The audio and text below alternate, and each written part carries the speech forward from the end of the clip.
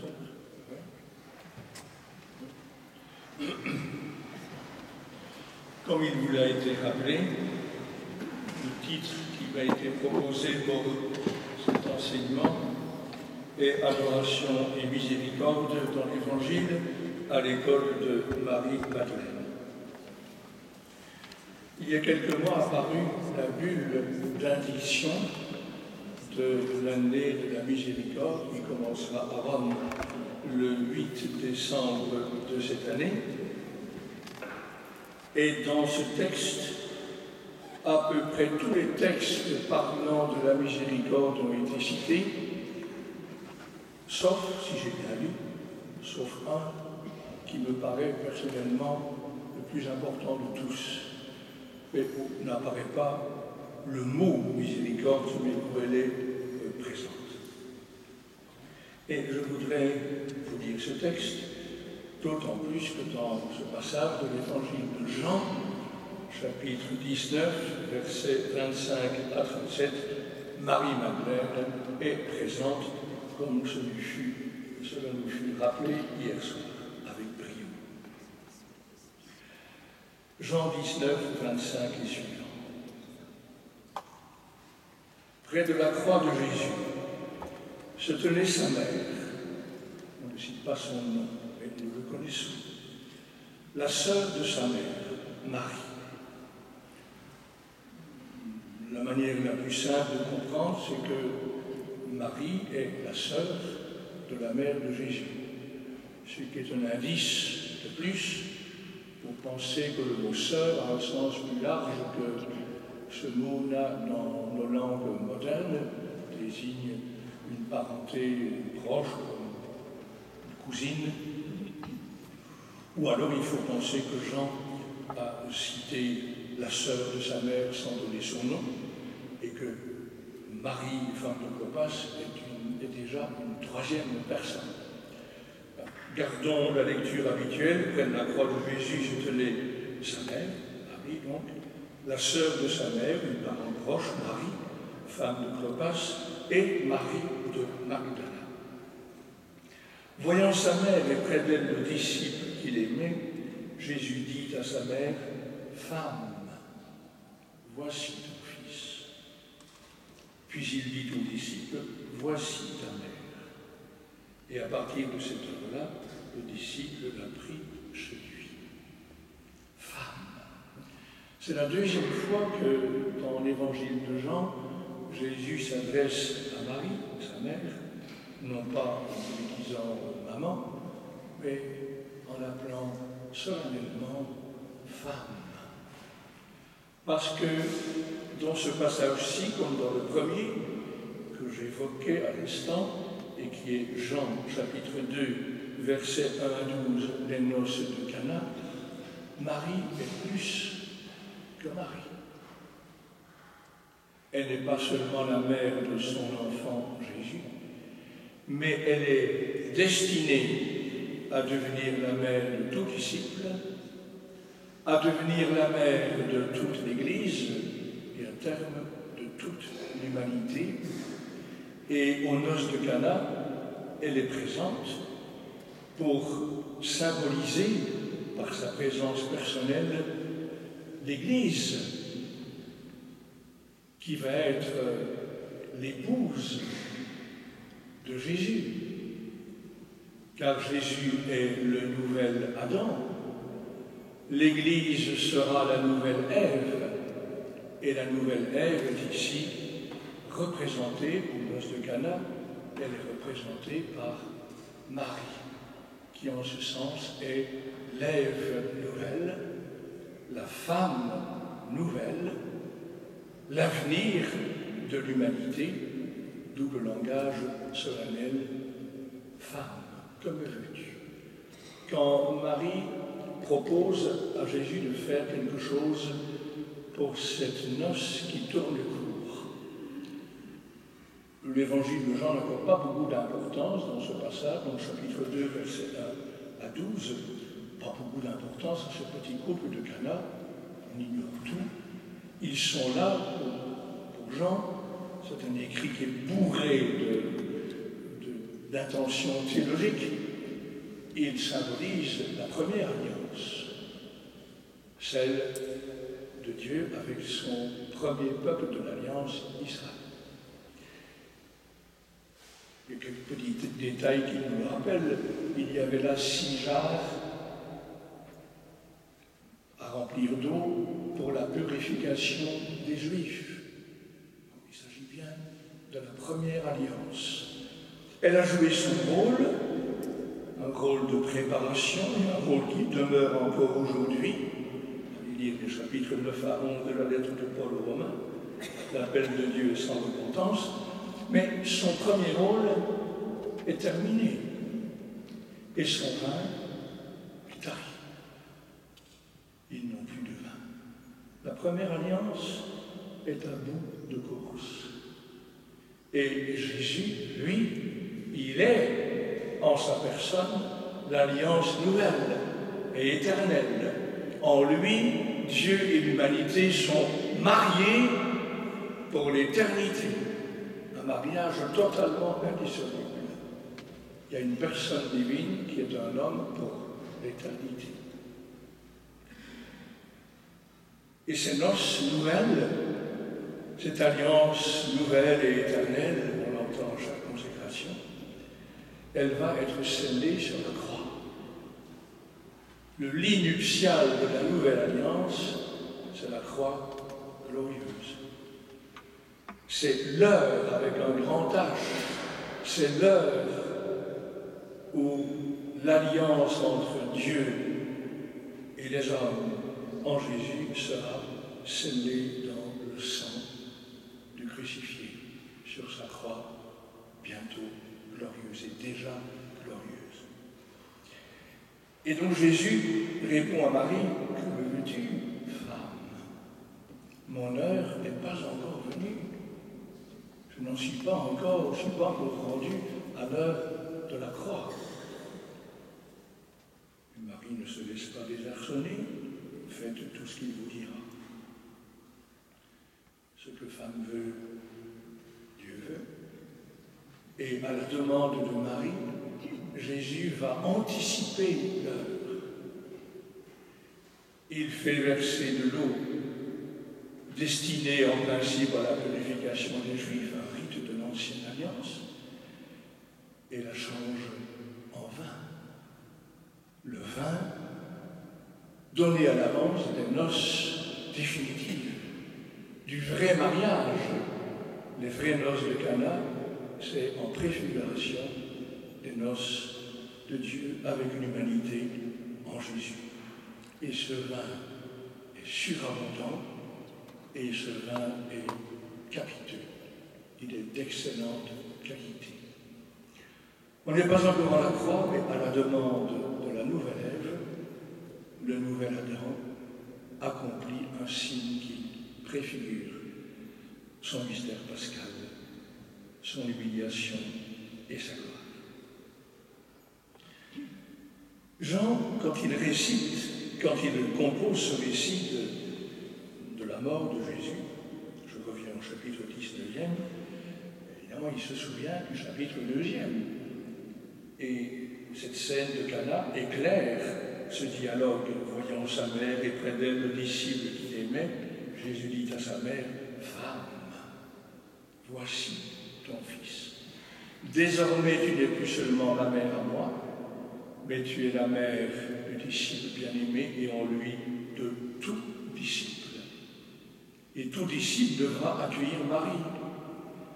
Et l'Église devra comprendre sa vocation à la lumière de Marie. Car à partir de cette heure-là, le disciple l'a pris chez lui. Ce n'est pas seulement l'indication d'un changement d'adresse et de code postal, c'est l'indication que spirituellement, tout disciple et toute l'Église doivent accueillir Marie comme leur mère. À partir de cette heure, le disciple prit chez lui. Je passe la scène du j'ai soif et du vinaigre qu'on lui offre. Et puis Jésus dit, tout est achevé, tout est accompli. Il baissa la tête et remit son esprit. Très Joannix. Jean, même au pire moment de la Passion, souligne la maîtrise de Jésus, la maîtrise divine et humaine de Jésus sur les événements. Jean souligne, il porte lui-même sa croix. Simon Cyril, ça ne m'intéresse pas tellement, il porte lui-même sa croix.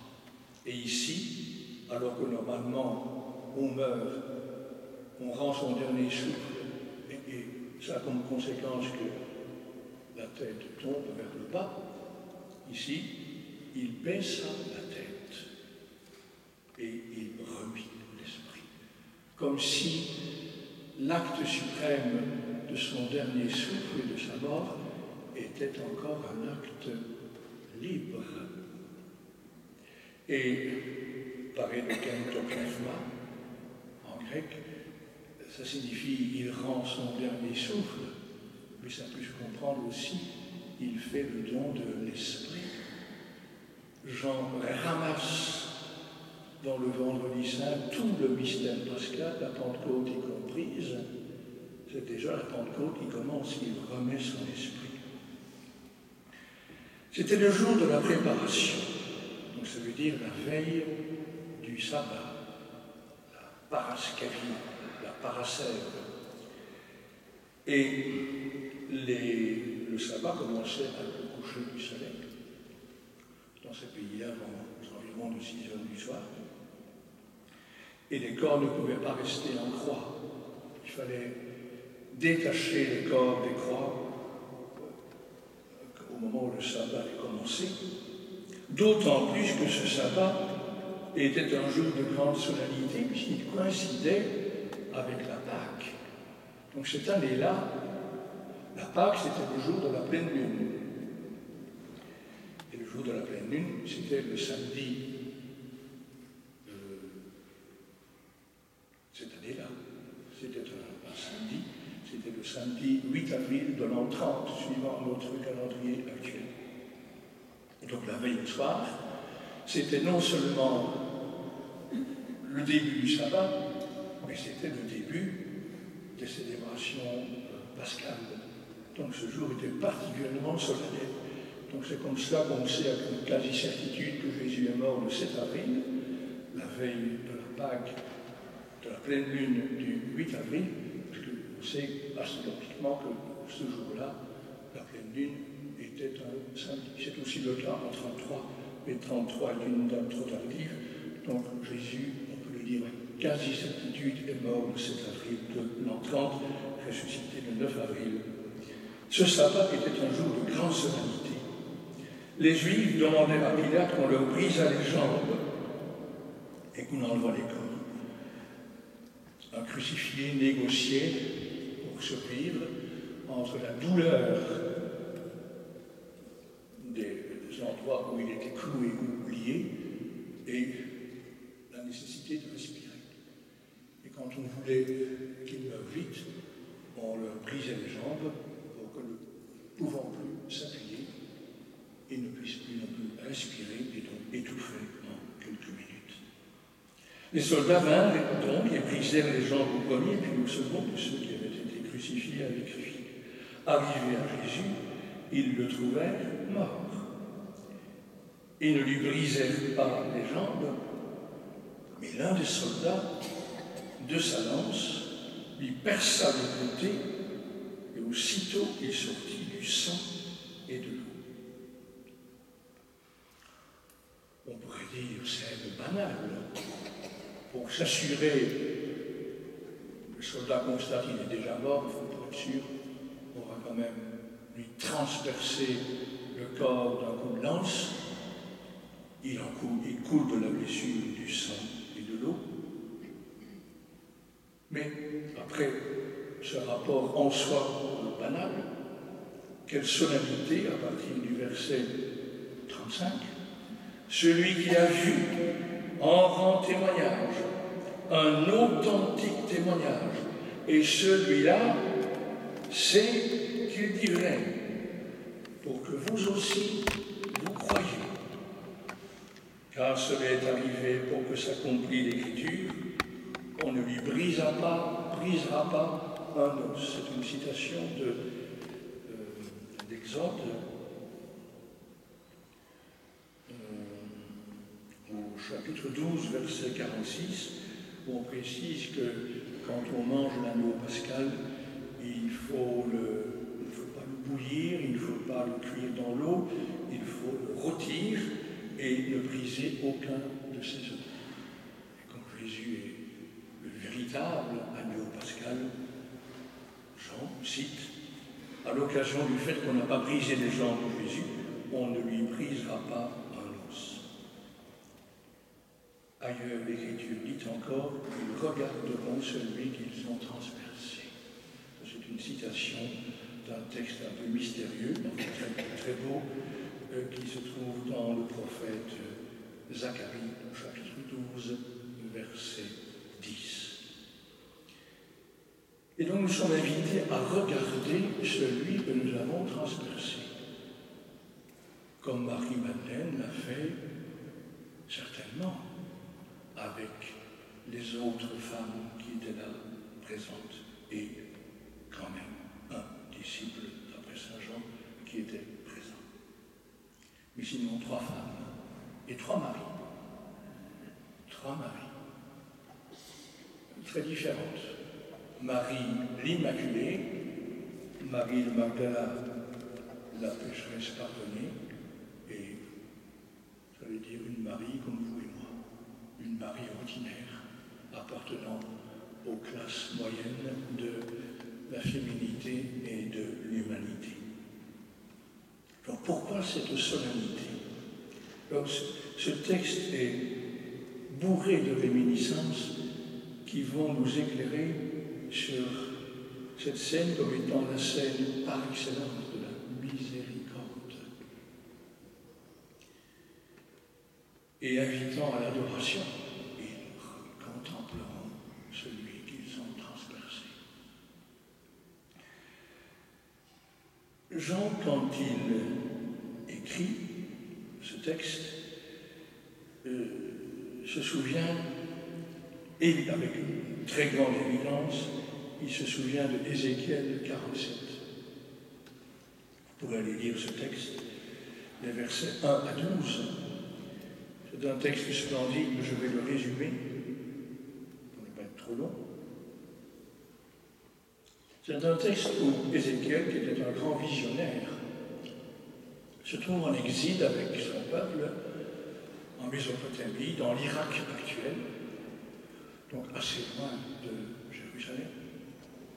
Et voilà qu'il a une vision, en bruit, il a une vision et il voit le temple à Jérusalem. Et il voit que, en dessous du seuil du temple, du côté droit du temple, il voit qu'il y a un mince filet d'eau qui coule. Et dans sa vision, il reçoit l'ordre « Approche-toi » et mesure une certaine distance dans ce fleuve, dans cette source qui coule. Et le mince filet d'eau devient un ruisseau. Et puis il mesure encore, et le ruisseau devient un torrent. Et dans sa vision, l'eau lui monte d'abord jusqu'aux chevilles, et puis elle lui monte jusqu'aux mollets. Et puis le fleuve grandit, devient impétueux. L'eau lui vient jusqu'aux genoux, et puis ça devient un fleuve immense, et l'eau lui monte jusqu'aux reins, et il faudrait qu'il nage dans ce fleuve s'il voulait continuer à être à sa proximité. Et il voit, curieusement, le long des berges de ce fleuve, il y a des arbres qui poussent à toute vitesse. Et dans sa vision, il perçoit que ces arbres vont porter du fruit 12 fois par an. Chaque mois, un fruit nouveau. Et partout où passe cette eau, tout est assaini. Même la mer morte va être assainie par ce fleuve. Et le poisson va pouvoir y pulluler. Tout est assaini par cette eau.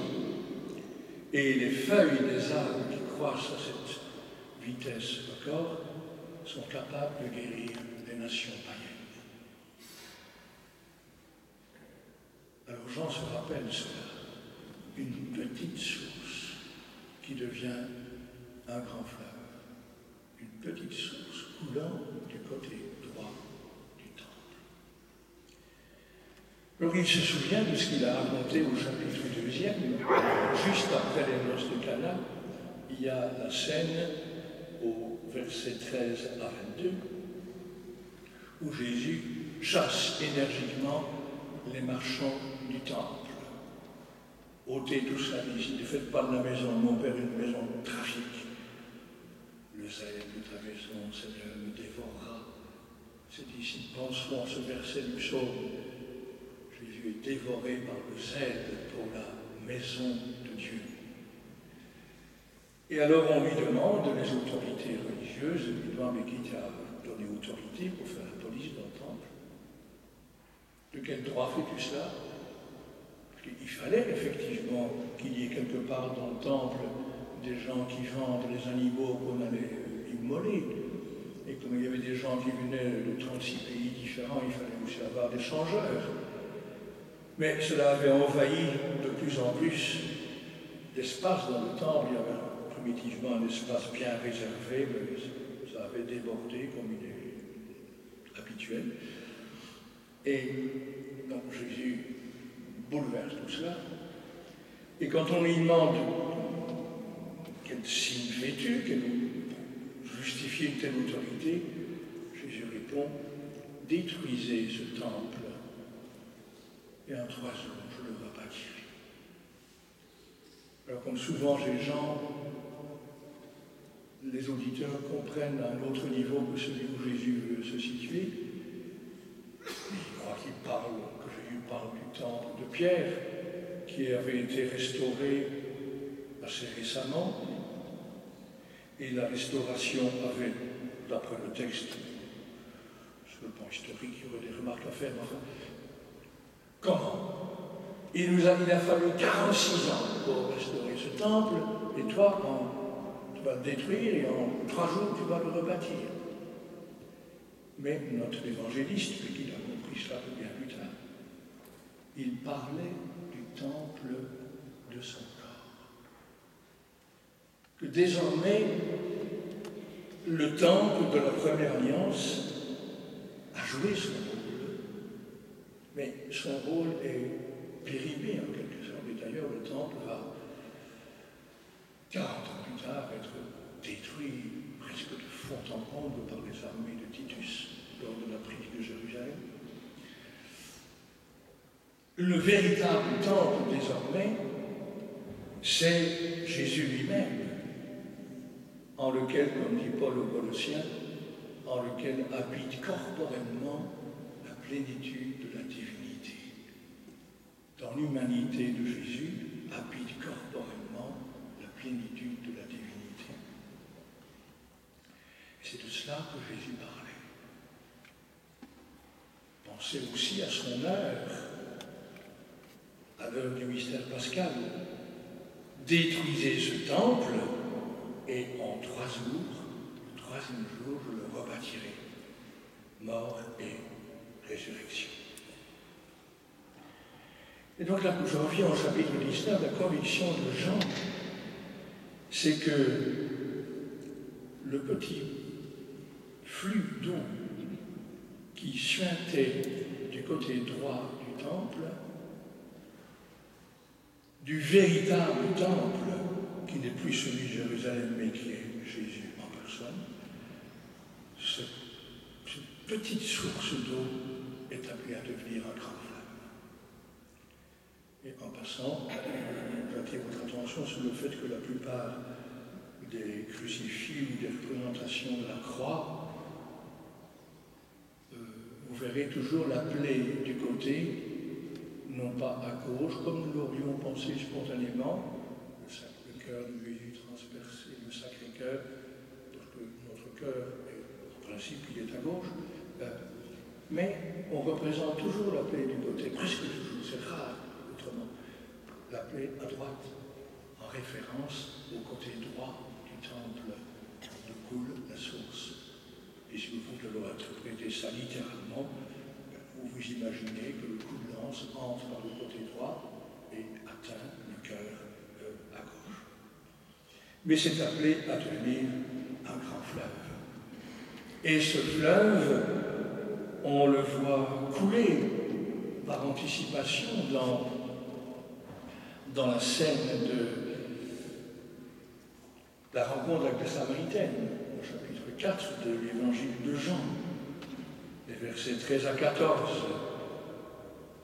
Si quelqu'un boit de cette eau-là, l'eau du puits, causée par Jacob, si quelqu'un boit de cette eau-là, il aura encore soif. Mais qui boira de l'eau que moi je donnerai, dit Jésus à la Samaritaine, celui-là n'aura plus jamais soif. Car cette eau jaillira en lui comme une source de vie éternelle. Va couler de Jésus une source qui jaillit jusque dans la vie éternelle. Alors à nouveau la Samaritaine comprend ça sur un autre plan. Donne-moi vie de cette eau-là, que je ne dois plus aller puiser chaque jour de l'eau. Il faudra tout un dialogue pour qu'elle comprenne qu'il s'agit d'autre chose. Et la promesse de cette eau surabondante, on la retrouve aussi dans le chapitre 7e de l'évangile de Jean, lors de la célébration de la fête des tentes à Jérusalem. Et le dernier jour, au jour le plus solennel de cette fête des temples, donc c'est Jean 7, versets 37 à 39, on y priait pour avoir de la pluie, comme on fait probablement ici aussi actuellement. On priait pour avoir de la pluie. Il y avait tout un rite à base d'eau rappelant le don de l'eau au désert. Donc il y avait tout un rite lié à l'eau. Et Jésus, ce jour-là, se tient tout là, dans le temple, et il crie, si quelqu'un a soif, qu'il vienne à moi, et qu'il boive celui qui croit en moi. Et l'évangéliste commente, oui, de son sein couleront des fleuves d'eau vive, du sein de Jésus, du côté de Jésus, du cœur de Jésus, couleront des fleuves d'eau vive. C'est une citation de plusieurs passages reliés entre eux dans l'Écriture sainte. Et l'évangéliste poursuit son commentaire, il disait cela de l'Esprit Saint, que devaient recevoir ceux qui croiraient en lui, car l'Esprit Saint n'avait pas encore été donné, car